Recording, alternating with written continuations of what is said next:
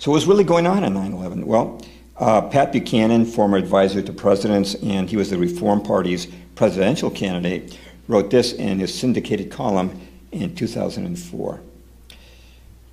In 1996, in a strategy paper crafted for Israel's Benjamin Netanyahu, Richard Perle, Douglas Feith, and David Wurmser urged him to focus on removing Saddam Hussein from power as an Israeli strategic objective.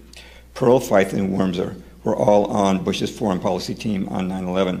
In 1998, 8 members of Bush's future team, including Perle, Wolfowitz, and Rumsfeld, wrote President Clinton urging upon him a strategy that should aim above all at the removal of Saddam Hussein. On January the 1st, 2001, 9 months before 9/11, Wurmser called for U.S.-Israeli attacks to broaden the Middle East conflict, to strike fatally the regimes of Damascus, that's Syria, Baghdad, that's Iraq, Tripoli, that is Libya, Tehran, which is Iran, and Gaza, to establish the recognition that fighting with either the United States or Israel is suicidal. Crises can be opportunities, added Wurmser. On September the 11th, opportunity struck.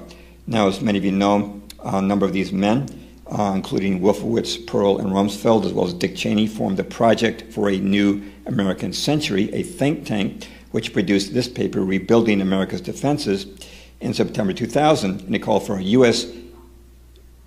increased U.S. military presence overseas, including the Middle East. But it said, the process of transformation, even if it brings revolutionary change, is likely to be a long one, absent some catastrophic and catalyzing event like a new Pearl Harbor. Then, in May 2001, Touchstone Pictures released Pearl Harbor. You know, I was actually assigned to review that movie by the New American Magazine when it came out. And but looking back, you know, I looked, and it seems that Touchstone Pictures had never produced a patriotic movie until that one. And then we had the real Pearl Harbor, right? Okay, so I want to play next a clip from General Wesley Clark, 3-star general who held many high positions, including Supreme Commander of NATO. About 10 days after 9/11, I went through the Pentagon and I saw Secretary Rumsfeld and Deputy Secretary Wolfowitz. I went downstairs just to say hello to some of the people on the Joint Staff who used to work for me, and one of the generals called me and he said, "Sir, you got to come in. You got to come in and talk to me a second." I said, "Well, you're too busy." He said, "No." He says, "We've made the decision. We're going to war with Iraq." This was on or about the 20th of September. I said, "We're going to war with Iraq. Why?" He said, "I don't know."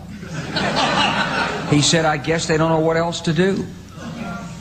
So I said, "Well, did they find some information connecting Saddam to Al-Qaeda?" He said, No. He says, "There's nothing new that way. They just made the decision to go to war with Iraq." He said, "I guess it's like we don't know what to do about terrorists, but we've got a good military and we can take down governments." And he said, "I guess if the only tool you have is a hammer, every problem has to look like a nail."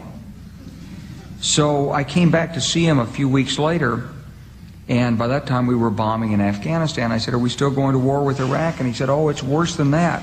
He said, he reached over on his desk, he picked up a piece of paper, and he said, I just got this down from upstairs, meaning the Secretary of Defense's office today, and he said, "This is a memo that describes how we're going to take out 7 countries in 5 years, starting with Iraq and then Syria, Lebanon, Libya, Somalia, Sudan, and finishing off Iran." All right, so you might notice that the countries he's listed Pat Buchanan noted that these countries had already been targeted before 9/11. Now, after 9/11, they're immediately being targeted. But to have a war with a country, each war has to have a pretext. So what was the pretext for the war in Iraq? Of course, Colin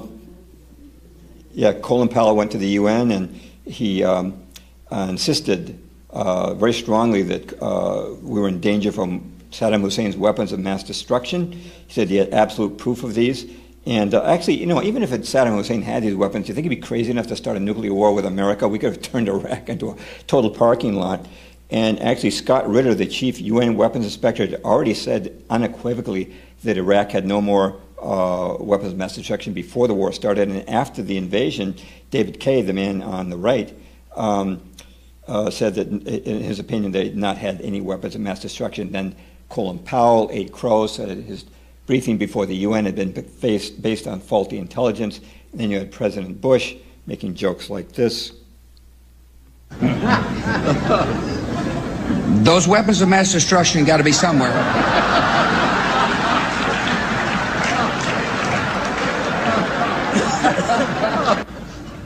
Nope, no weapons over there.